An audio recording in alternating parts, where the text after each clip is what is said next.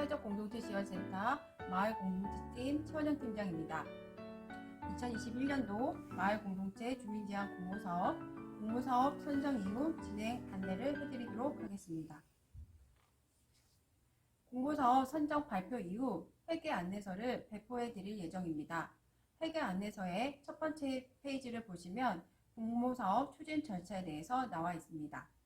오늘은 공모사업 추진 절차 과정 중 두 번째, 보조금 교부 신청 전 이행사항과 세 번째, 보조금 교부 신청서 등 작성에 대한 제출에 관한 얘기들을 말씀드리려고 합니다.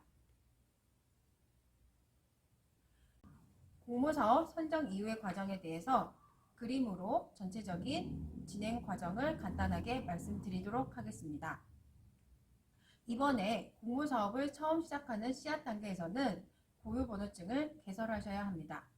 고유번호증은 세무서에서 발급하시고 이후 농협은행을 방문하셔서 보조금 통장과 체크카드를 만드신 후에 자부담금을 입금하시면 됩니다. 여기서 새싹 단계와 개화 단계에서는 작년과 재작년에 사용하셨던 통장을 이용하시면 됩니다. 그 후에는 이행보증보험을 발행을 하시고 보증보험을 발행하신 후에는 통장사본과 체크카드, 고유번호증, 교부 신청서를 모아서 일자리 경제과에 제출하시면 교부금이 입금되셔서 사업을 진행하실 수 있으시게 됩니다. 하나하나 자세하게 말씀드리도록 하겠습니다.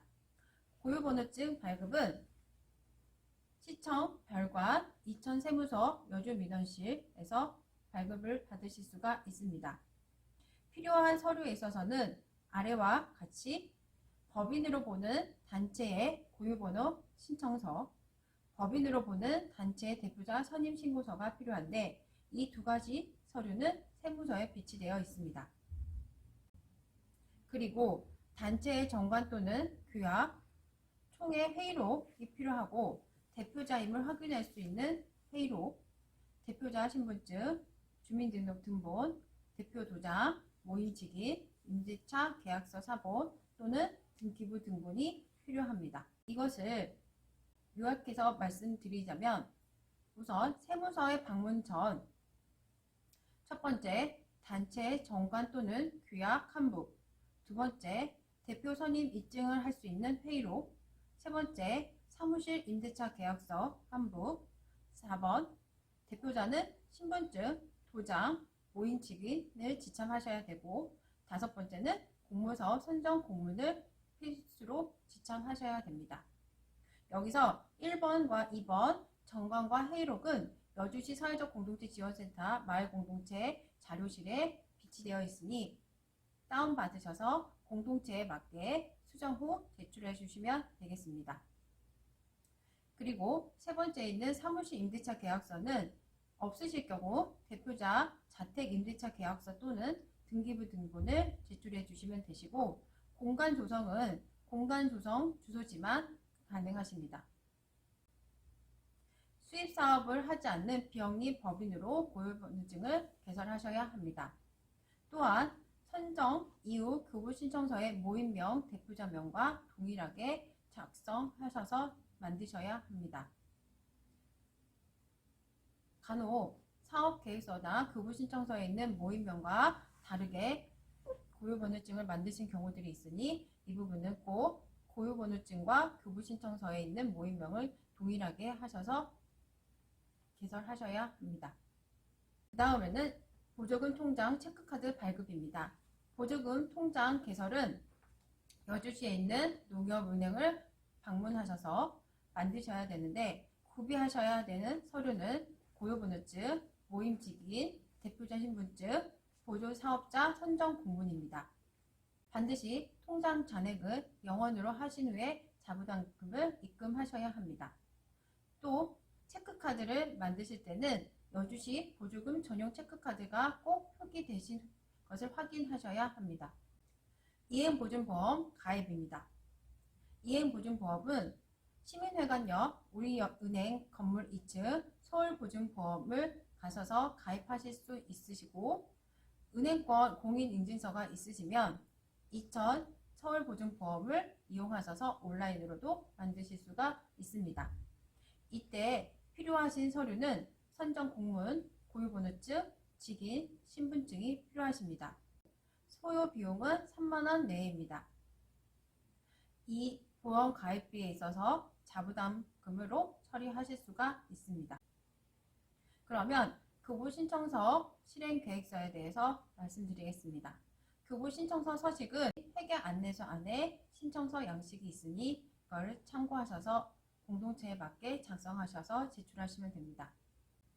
교부 신청서는 사업계획서 양식과 비슷한 형태로 구성되어 있습니다. 그래서 사업명, 사업목적, 사업 내용들을 사업계획서 내용에 빗대서 다시 작성해 주시면 되겠습니다. 그리고 사업 실행 계획서에서는 주민 참여 계획, 사업 추진 계획, 사업 추진지 기대 효과 등이 추가되었는데 이 내용들은 앞서 제출하셨던 사업 계획서보다는 조금 더 자세하게 기입하셔서 제출해 주시면 됩니다. 보조금 비목별 예산 계획은 사업 계획서에서 제출하셨던 예산 계획에서 수정할 내용이 있으시면 내용을 수정 후에 기입하셔서 제출하시면 됩니다. 또 지방보조금 청구서, 청렴이행서약서 등도 기입된 내용들을 중심으로 작성하셔서 제출하시면 됩니다. 그러면 교부 신청 시 수정되어야 될 내용들, 다시 말하면 예산안에서의 수정된 내용들을 말씀드리도록 하겠습니다. 전체적인 모든 분들이 수정해야 되지는 않지만 많은 분들이 놓치고 가신 부분들이 있기에 다시 말씀드립니다. 보조금 편성 불가 항목 중에 소모성 물품이 아닌 자석 취득비는 편성이 불가합니다. 특히나 도서, 가구 등은 구입하실 수가 없으십니다. 포괄적 예산 편성을 지향합니다. 다시 말하면 구체적 산출 근거를 제시해 주셔야 되는데 활동 시에 1회당 얼마 정도의 비용이 드는지, 이것을 몇 명이 사용하고 이거를 몇 회 구입하게 되는지를 곱셈식으로 나타내 주시면 좋겠습니다. 강사료는 보조금의 50%까지 가능하셔서 보조금 300만원이면 강사비는 150만원까지 사용이 가능하십니다. 체험비는 보조금의 5%까지 가능하시는데 보조금이 300만원이면 체험비는 15만원까지 사용 가능하시고 새싹 단계의 경우 500만원이면 25만원까지 가능하신 겁니다. 그러면 앞서 말씀드렸던 내용들을 전체 정리해서 제출 신청에 있어서 필요한 서류들을 정리해 보도록 하겠습니다. 공동체 활동에 있어서 보조금 교부를 위한 신청서는 교부 신청서, 실행계획서, 청렴이행 서약서, 이행보증보험 보험증권, 고유번호증 사본, 그다음 통장 사본, 카드 사본 등입니다. 그리고 공간 조성은 보조금 교부를 위해서는 공사 완료, 준공 후 일자리 경제과에서 현장 최종 확인 후 교부해 드립니다. 이렇게 준비된 서류들은 시청 별관에 있는 일자리 경제과에 서류를 제출해 주시면 되겠습니다. 여기까지 공모사업 선정 이후 진행 안내를 해드렸습니다.